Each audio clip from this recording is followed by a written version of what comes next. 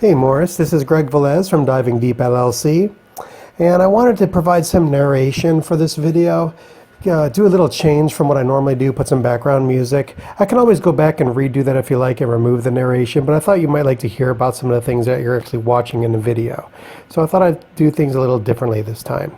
So I'll go ahead and press play here and just narrate as you go through and watch. This entire video is about 23 minutes long, and the first portion up until about 11 minutes is video from the artificial reef in the Pensacola Bay, and then after the 11-minute mark is the one out in the Gulf. So let me go ahead and press play here and we'll get started. So this first one is the artificial reef in the Pensacola Bay, and I can tell you I noticed right off the bat that there was significant more growth in and around the reefs. I filmed 3 of your reefs right here, and I'll just kind of go by into each one of them. So immediately as I start descending, I am greeted by some mangrove snapper there, and I hadn't seen this many snapper there before. So your reef is doing very well there, and you can tell the snapper really like it. Also, that growth that you're looking at on the reef itself is actually kelp. I don't know if you know this, but kelp is actually a brown algae, and you can see that the kelp really likes it too. A little later in this video, I'll actually compare it. I just swim on over to one of the reef balls. You can see that the reef balls are practically naked compared to the growth that is on your reef. Here's underneath the reef, and you can see there's a kind of a mix of some gray snapper and mangrove snapper under there, and you can tell that they really like the home that you've made for them there. There's also a wrasse that is passing by there. There's a mangrove snapper there, giving me the eye, and you can tell they're really all that afraid of me. You can see, I don't know if you saw that flounder scooting through the sand over there. He's actually in the bottom right corner. I actually kind of pan back to him here in a moment after I show more of those mangroves. They were really plentiful there. There's that flounder kind of scooting off. He was right next to the reef, but as soon as I came down, he didn't want to get stepped on or knelt on or kicked, so he scooted off. Interesting thing about flounder, of course, you know that they have both their eyes on one side of their head. Excuse me. But when they're born, they're actually born with like normal fish, an eye on each side. But shortly after birth, one of the eyes actually migrates over to the other side of the body and takes that traditional flounder shape. But there was some more mangrove snapper in there. And here I just kind of do a drive-by, if you will, a swim-by, showing you all the growth that's taken place on there. And most of it is kelp, which is, I mean, there's a significant amount of kelp there, as you can see. And I think it's really providing a nice feeding ground for all those snapper. It's holding all sorts of little fish, smaller bait fish, also probably copepods, amphipods, and things like that to actually feed those smaller fish. There's actually a whole cycle of life there going on. If you saw that little fish, probably an inch or 2 long, scooting across your reef there, it was most likely a blenny. And here's the inside of the reef. Not a whole lot going on the inside. It looks more like a detritus trap more than anything, just catching all the sediment and stuff in there. But it's probably not a lot of sunlight getting in there. And of course, algae, the brown algae, the kelp, needs sunlight to thrive. So that's really probably why there's not much going on in there. Also, a lot of the other kinds of things like sponges and stuff like that you see on other reefs, they filter feed, and they're probably just not getting a lot of current through there. So that's a small blenny right there. I got a nice zoom-in macro shot of him. Those fish are really cool to me. They actually remind me of like Dr. Seuss, one fish, two fish, red fish, blue fish. I almost kind of wonder if they're an inspiration for him for that book, the way they look. Excuse me. Just again here, showing a lot of the growth that's happening around the reef. There's another wrasse scooting by. I think this actually might be the second reef of the 3 that I filmed. There's a pinfish scooting on by. Pinfish, they belong to the same family as the porgies, or as a lot of people say around here, pogies. There's a small snail. I actually saw a lot of snails and things on the reef. Hermit crabs and things too, which I actually filmed. That was a little clam there also. There's another pinfish right there. Pinfish are good foragers. And you can tell these fish really like what's going on that reef. There's a better close-up of some of the kelp. And you can see how it's really thriving and very well attached to your reef also. There's another wrasse passing by, and more shot of the mangrove snapper underneath. Excuse me, I don't know why I have a frog in my throat tonight. And the snapper were just really plentiful around your reef. And like I said, I hadn't seen that before. And I mean, they have really just taken home to your reef nicely. You can see a lot of coralline algae growth there too. That's like the reddish, hardish algae. It's an algae that actually takes the calcium out of the water and forms like a hard shell on it. And it's really the sign of a healthy reef that most marine biologists regard it in that way. And there's a little close-up of your signature there. So this is, I believe, the third reef now. No, this is the second reef actually that I filmed. Once again, you can see some gray snapper down under there, some wrasses, and the same kind of growth. Nice, it's just a really nice variety of brown algae there, and kelp, and doing very nicely. There's a belted sandfish right there. They belong to the same family as sea basses and grouper.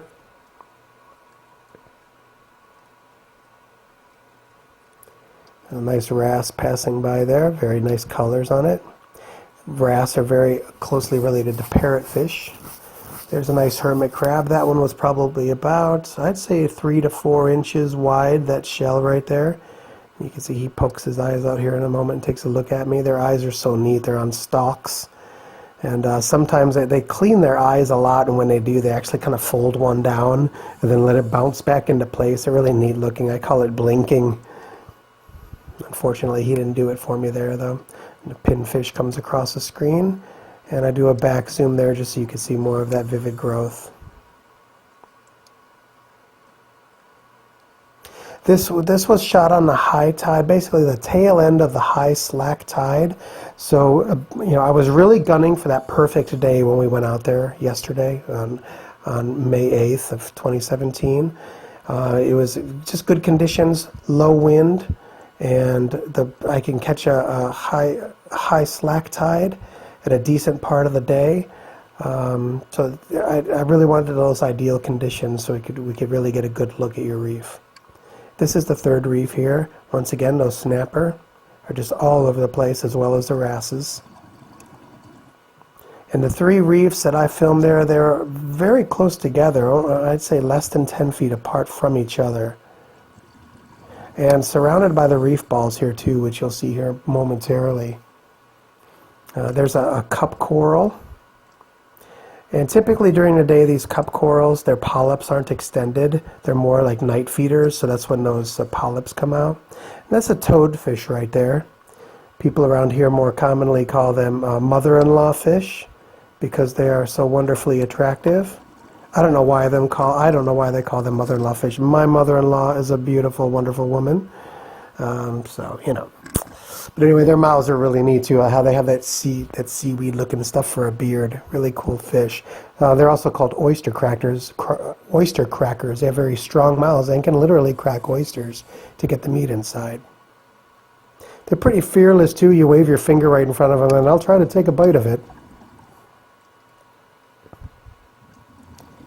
The third reef, you can see all that nice growth. So here's one of the reef balls. And pretty soon here I actually do a swim by where I swim right from the reef ball over to your reef, and you can see, pretty bare in comparison to yours. And I think that's what you've kind of suspected would happen all along because of the materials that you use. And I think this is pretty good evidence. And I didn't choose a reef ball here that didn't have much growth. All of the reef balls that I came across that were very close in proximity to your reefs all look the same. So it really is a matter of the floral and the fauna choosing your reefs in contrast to the reef balls. I think it's evident from the video.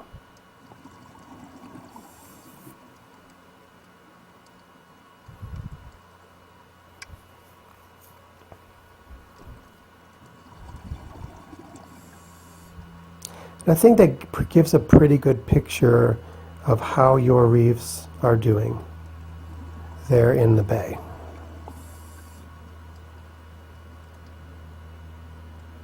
Here's another close-up of a hermit crab. It's actually just his legs sticking out. The top left corner, you can see another small cup coral growing there.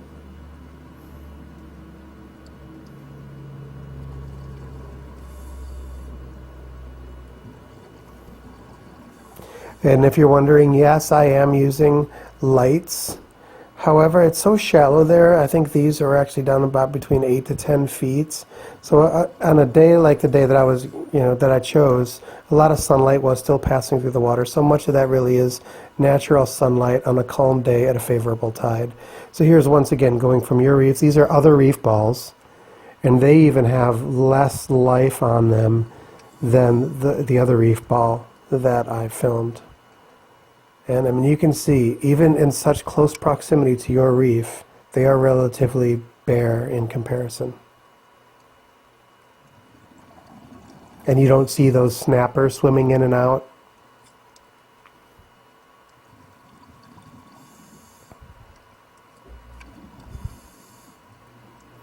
That would look like, it was out of the bottom right, one of the holes out of one of the reef balls. I think one, I can't remember if that was a spadefish or a snapper, but one did come out of the reef ball. A quick glance inside one of the other reefs, and you can see once again there's not much going on inside of it. But you can see how they really like those outside rims. Alright, so now comes, this is the one in the Gulf. This one in the Gulf, at the end of it, really something spectacular happened, which was neat. This was right as we started descending down our descent line, and there's a remora there. I can't tell what was with it, maybe a juvenile banded rudderfish that was swimming there with it. But I was hoping the remora would follow us down more, but it didn't. It looks a little green at first, but the colors, more of the true colors come into play here. It was rather dark down there that day. I think about the first 25 feet or so of the water, there was a lot of floating sediment and stuff in the water, so it kind of was blocking the sun out. But my lights come into play here more.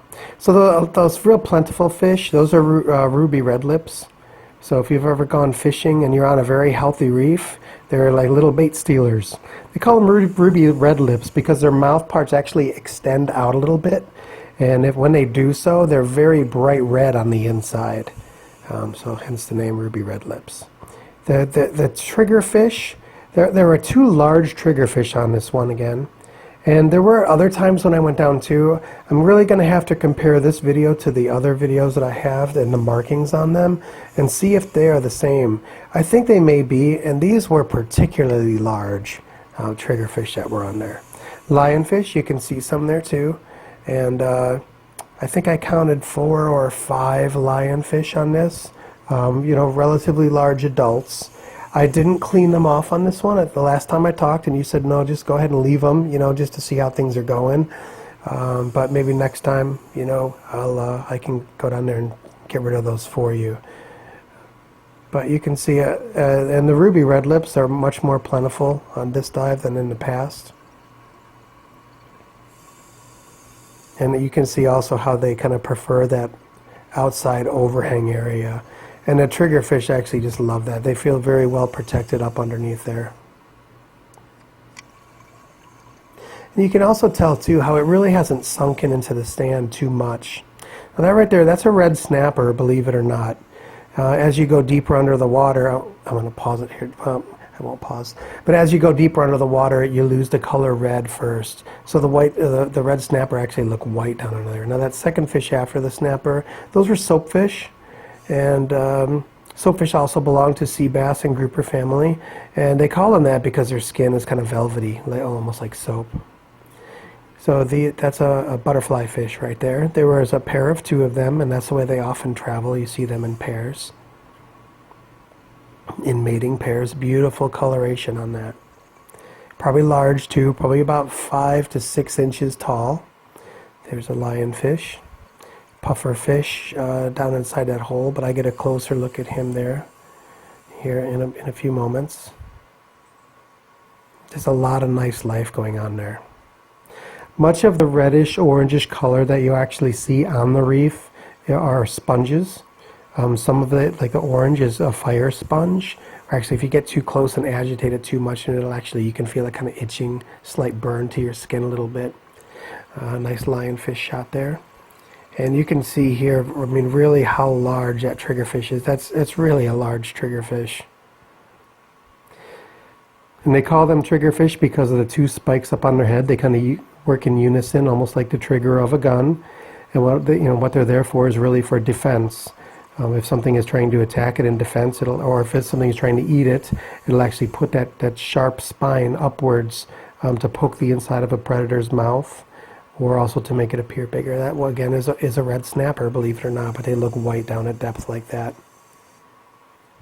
Inexperienced fishermen, spear fishermen, sometimes will shoot a red snapper down there because they look white, thinking that they are not red snapper. Then as they get it close to the surface, they realize that they shot, perhaps illegally, a red snapper.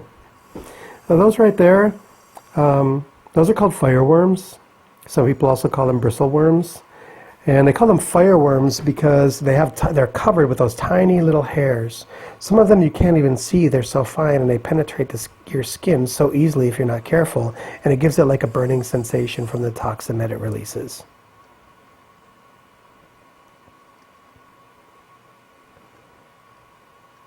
And that's why the fish don't bother them. These are some of my favorite crabs right here. They're called arrow crabs, mainly because their head is shaped like an arrowhead. And they're blue claws. I mean, they are just amazing, aren't they? They are fun little creatures that you can pick them up in your hand easily. If you hold your finger out, it'll actually kind of extend its claw and pinch you just slightly, and you can actually almost kind of shake hands with it. They're really fun little guys. And there's another one too. And I saw numerous arrow crabs on the reef. I didn't want to film every one of them because they all, look very similar. But this really shows the beauty of those creatures. And here's one of the pufferfish again. I counted about 4 or 5 of these pufferfish. This is called a Caribbean sharp-nosed pufferfish. And unlike other pufferfish where their whole bodies blow up and they have like little spines all over them, like more like porcupine fish or those types of pufferfish, this one really just their belly kind of poofs up when they're being threatened, and they can release a toxin like all other pufferfish can if they're being eaten. This is a nice sponge right here. To me, this is a very beautiful sponge. It almost kind of looks like a carnation or something like that. As you probably know, sponges are filter feeders, and even the day we went down there was a strong current. Oh, that little fan coming out there, those are barnacles.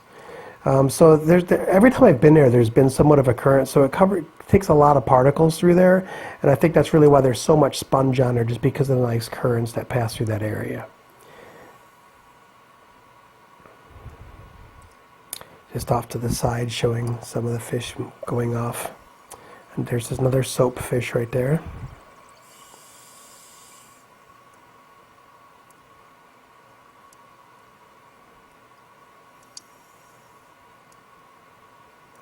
You can also see some of the white sponge there covering the reef. More soap fish underneath. And here I just kind of pan across, showing you the nice variety of small sponges and things like that have just completely taken over the reef. I mean, there's really not any more of the actual build material shown. It is practically completely covered in sea life. And you can see all those little barnacles. I mean, millions and millions of little barnacles covering your reef and providing home as they all mate and release larvae and eggs, and it just provides a nice feeding ground for all of the sea life. There's a clam. He was actually open just a touch more before I started shining, and then my slight movement of the camera created a little wave, I think, and then he kind of closed up about halfway, but you could still see his mantle inside. Just more of the nice spongy, corally sea life on the reef. Another one of the triggerfish, one of the two of the pair. Another sharp-nosed puffer. And just look at all that sea life. Sea urchin on the inside there. Beautiful, healthy triggerfish and large.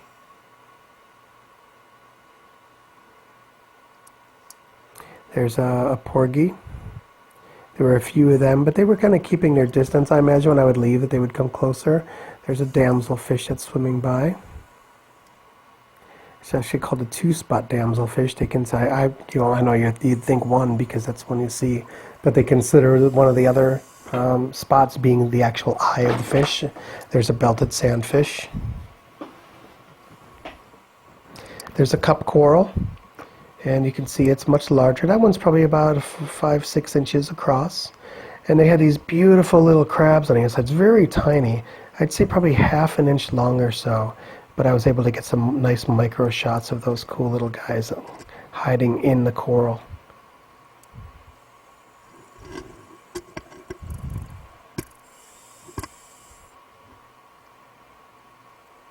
Like a lot of people would miss those little fellas in there, you know, but you have to have a nice macro lens to get in that close on them.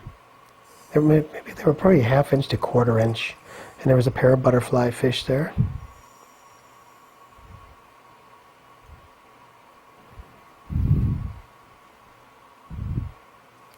A nice wide variety of sea life living on your reef. So one of the cool things that happened on this dive, it was really quite extraordinary. When we went back up to the surface, when we got back in that haze, we were down about 20 feet. A group of, I think, 3 dolphin passed by us. I mean, very close to us. You could see I can practically touch them there.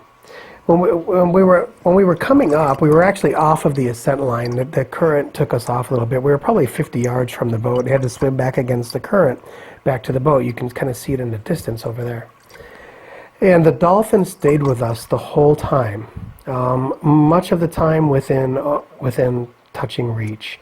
I didn't include all the footage here because a lot of it was similar, but the diver that I went with, Zach, he was filming with a GoPro also. In fact, he never turned his off. And we determined from his video that we swam with the dolphins for about 13 minutes.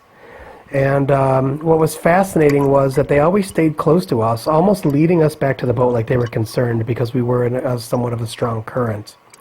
And as soon as we got back to the boat and started putting up our gear back onto the back swim deck, one of the dolphins came probably 4 feet from me and did 3 slow tail slaps on top of the water, kind of like a bap, bap, bap, almost to say like, okay, you guys are back and you're okay now, so we're going to take off.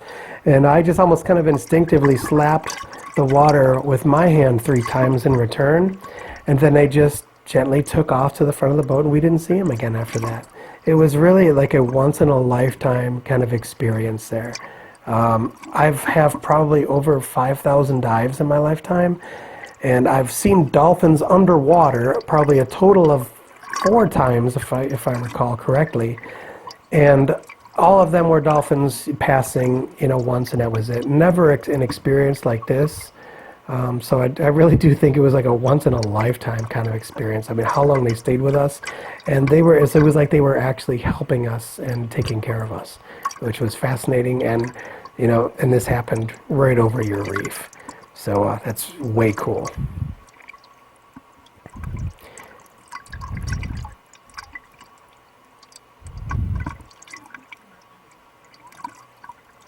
So that's, I think, just about the end of the video. So if you have any other questions, or you want another version where I remove this narrative and I include, you know, I include the music and said I'm happy to do that for you. And I know also that what we're gonna be working on next is a portion where we kind of show over time how your reefs are doing, and I'm looking forward to doing that with you as well. So I hope you enjoy this, Morris, and thank you for the opportunity, and I will talk with you soon.